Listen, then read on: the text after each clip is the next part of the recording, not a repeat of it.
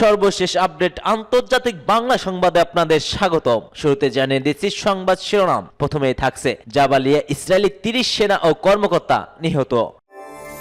অন্যদিকে ইসরায়েল থেকে ছোড়া মিসাইল তুরস্কের উদ্দেশ্যে যাওয়ার আগেই ইসরায়েল নিজেদের মাটিতেই মিসাইল ফেলেছে। লেবাননে হিজবুল্লাহর অকল্পনীয় প্রতিরোধের মুখে কৌশল পরিবর্তন করছে এবার ইসরায়েল। একই সঙ্গে জানিয়ে দিচ্ছি ইসরায়েলের প্রেসিডেন্টকে আকাশপথ ব্যবহারের নিষেধাজ্ঞা তুরস্কের। এবং সর্বশেষ জানিয়ে দেব ইসরায়েলের সম্পূর্ণ স্বাধীনতা ছাড়া লেবাননের যুদ্ধবিরতি নয় বলছেন গ্যাটোস। জাবালিয়ায় ইসরায়েলি ৩০ সেনা ও কর্মকর্তা নিহত। অবরুদ্ধ গাজা উপত্যকার উত্তরের শহরে জাবালিয়া শুরু হওয়া স্থূল অভিযানে ইসরায়েলি বিমান হামলায় ৩০ জনের বেশি সেনা ও কর্মকর্তা নিহত হয়েছেন। ইসরায়েলি সংবাদ মাধ্যম চ্যানেল ১২ জানিয়েছে গত ৫ অক্টোবর শুরু হওয়া এই অভিযানে ফিলিস্তিনি প্রতিরোধ যোদ্ধাদের সঙ্গে সংঘর্ষের ইসরায়েলের এ হতাহতের ঘটনা ঘটেছে। ইসরায়েলি মিডিয়া তথ্য অনুযায়ী সর্বশেষ গাজার উত্তর অঞ্চলে বেইত লাহারিয়ায় সংঘর্ষের সময় আরো ২ ইসরায়েলি সেনার মৃত্যু নিশ্চিত করেছে ইসরায়েল প্রশাসন। এর মধ্যে ছিলেন অফিসার একজন। এই ঘটনায় আরো একজন সেনা গুরুতর আহত হয়। ইসরায়েলি সেনাবাহিনী গাজা উত্তরে তাদের এই তৃতীয় স্থূল অভিযান চালিয়ে যাচ্ছে, যা গত বছরের ৭ অক্টোবর থেকে চলমান যুদ্ধের অংশ। ইসরায়েলি সংবাদ মাধ্যম মারাভি জানিয়েছে চলমান ৪০০ দিনের যুদ্ধের প্রায় ২টি ডিভিশনের সমান সেনা নিহত ও আহত হয়েছে। সেনাবাহিনীর এই জনবলের সংকট এবং অন্যান্য সমস্যা নিয়ে সংবাদ মাধ্যমটি ইসরায়েলি প্রধানমন্ত্রী বেনিয়ামিন নেতানিয়াহুর মন্ত্রিসভাকে দায়ী করেছে। গাজার উত্তরের এই দীর্ঘ স্থায়ী সংঘর্ষ ইসরায়েল এবং ফিলিস্তিনের উভয়ের জনকেই মানবিক সংকট এবং প্রাণহানির কারণ হয়ে দাঁড়িয়েছে। গাজা স্বাস্থ্য মন্ত্রণালয় জানিয়েছে গত বছর ৭ অক্টোবরের পর থেকে গাজায় শুরু হওয়া ইসরায়েলি গণহত্যায় এ পর্যন্ত ৪৩,০০০-এর বেশি মানুষ ফিলিস্তিনি নিহত হন এবং যাদের মধ্যে অধিকাংশই ছিল নারী ও শিশু। এছাড়া লক্ষাধিক মানুষ আহত হয়েছে। সূত্র ইরানা। দেশের মাটিতেই পড়ল ইসরায়েলির মিসাইল। ইরাক থেকে ড্রোন হামলা চালানো হয়েছিল আর সেই ড্রোন ভূপাতিত করতে ইন্টারসেপ্টর মিসাইল ছুটছিল ইসরায়েল, কিন্তু ওই ড্রোনটি ইসরায়েলের দক্ষিণ অঞ্চলীয় রিসোর্ট সিটি এই লাতে গিয়ে আঘাত হানে আর ড্রোনটি ধ্বংস করতে ছোড়া ইন্টারসেপ্টর মিসাইলটিও পড়ে ইসরায়েলের ভেতরেই। ইসরায়েলের প্রতিরক্ষা বাহিনী জানিয়েছে ওই ড্রোন লক্ষ্য করে বেশ কয়েকটি ইন্টারসেপ্টর মিসাইল ছোড়া হয়, সেগুলো একটি এই লাতে গিয়ে পড়েছে। তবে এই ঘটনায় হতাহতের কোনো খবর জানায়নি বলে জানিয়েছে টাইমস অফ ইসরায়েল। সোশ্যাল মিডিয়ায় ছড়িয়ে পড়া ভিডিওটিতে দেখা যায় শহরের আকাশের উপর দিয়ে ছুটে যাচ্ছে মিসাইলটি। এরপর সেটি উপকূলীয় এলাকায় একটি হোটেলে গিয়ে পড়ে। এই দৃশ্য দেখে স্থানীয়রা ভীত হয়ে পড়ে। তবে মিসাইল আঘাত হানলেও বিস্ফোরণের কোনো শব্দ পাওয়া যায়নি। এর আগে ইসরায়েলি বাহিনী জানায় ড্রোনটি সফলভাবে ভূপাতিত করা হয়েছিল।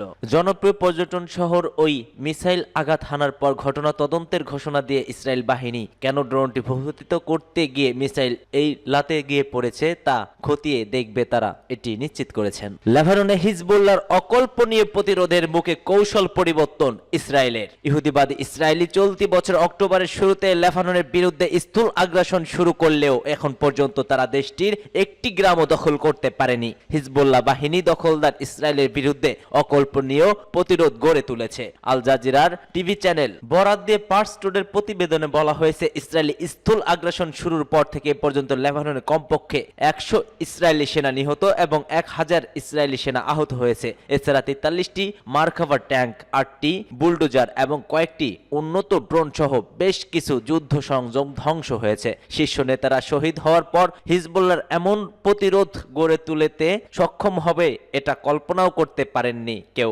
ইসরায়েল শাসক গোষ্ঠী এটা নিয়ে খুবই চিন্তিত। এর কারণে তারা নিজেদের কৌশলে পরিবর্তন এনেছে।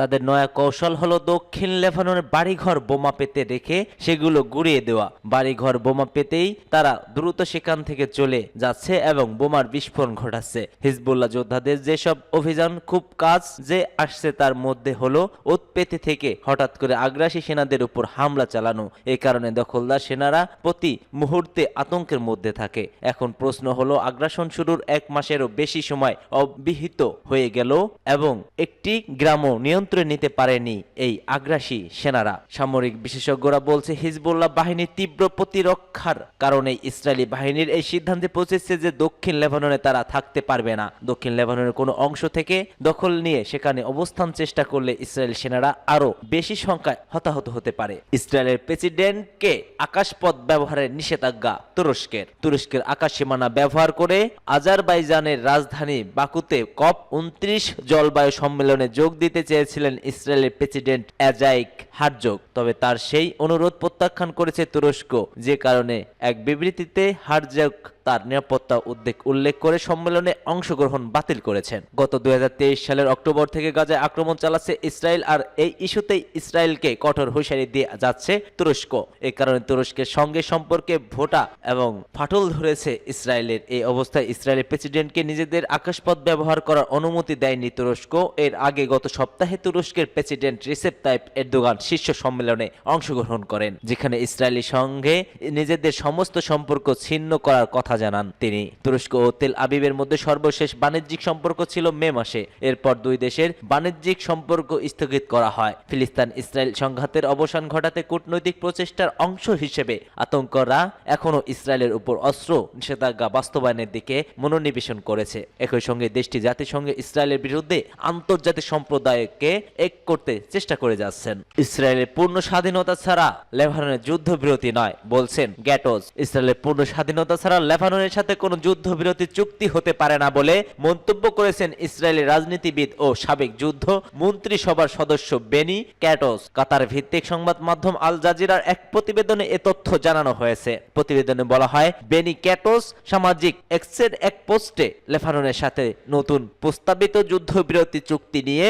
যে আলোচনা হচ্ছে, এর সাথে অবশ্যই ইসরায়েল সম্পূর্ণ স্বাধীনতা অন্তর্ভুক্ত করা উচিত। এর আগে গত সপ্তাহে ইসরায়েলি প্রধানমন্ত্রী গিডিয়ন স্যার বলেন, লেবাননের সাথে যে কোনো যুদ্ধবিরতি চুক্তির প্রধান চ্যালেঞ্জ হবে হিজবুল্লাহকে সম্পূর্ণরূপে নিরস্ত্র করে দেওয়া। একই সঙ্গে হিজবুল্লাহ বাহিনীকে ইসরায়েলের সীমান্ত থেকে সরিয়ে দিয়ে নিশ্চিত করতে হবে। ইসরায়েল জানিয়েছে তারা হিজবুল্লাহ প্রধান মুখপাত্র মোহাম্মদ আফিফকে হত্যা করেছে। সেপ্টেম্বরে ইসরায়েল ও হিজবুল্লাহর মধ্যে পূর্ণমাত্রায় যুদ্ধ শুরু এবং ইসরায়েলি বিমান হামলা হিজবুল্লাহ নেতা হাসান নাসরুল্লাহ নিহত হওয়ার পর থেকে আফিফ বিশেষভাবে সক্রিয় ছিলেন। গত মাসে ইসরায়েলি হামলার আগে আফিফ বাড়িঘর ছেড়ে তার তড়িঘড়ি করে বৈরুতে একটি সংবাদ সম্মেলনে শেষ করেন। লেবাননের সেনাবাহিনী বলছে, রোববার দক্ষিণ পূর্ব অঞ্চলীয় শহর আল মারাতিতে এক সামরিক কেন্দ্রে ইসরায়েলি হামলায় 2 জন সৈন্য নিহত এবং 2 জন আহত হয়। লেবাননের স্বাস্থ্য মন্ত্রণালয়ের তথ্য অনুযায়ী ইসরায়েলি হামলায় এখন পর্যন্ত 3000-এরও বেশি জন নিহত এবং 14,000 লোক আহত হয়েছে।